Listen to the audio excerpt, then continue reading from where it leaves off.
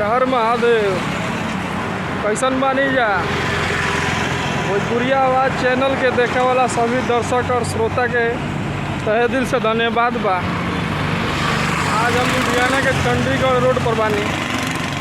आज सुबह आँख खुलल तो लुधियाना में रहनी हूँ। परिजा के हवा में और अपना जो बिहार के माटी के हवा बा बड़ा अंतर लागल हो। खैर 2 रुपया आदमी कमाए खातिर कहीं जाला आवेला अलग बात बा, लेकिन जौन सुगंधता अपना माटी में बा वो कहाँ मिले के बा।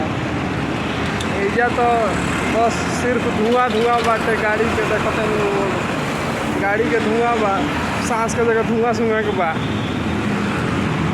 कहीं अपना मतलब एक प्रकार से अपना माटी के कोनो सुगंध नहीं है क्या। और सब बताई जा कैसन बनी जा। यह अंतर बा, अपना माटी में आदमी कितना खुशहाल रहेला। बाहर के ज़िंदगी का होला ये आप सब भी समझ सकते नहीं।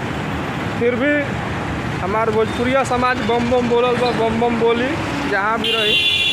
हर हर महादेव। भोजपुरिया आवाज़ चैनल के देखी जा और बहुत बहुत प्यार दी जा और सपोर्ट करी जा। हर हर महादेव। जय श्री राम।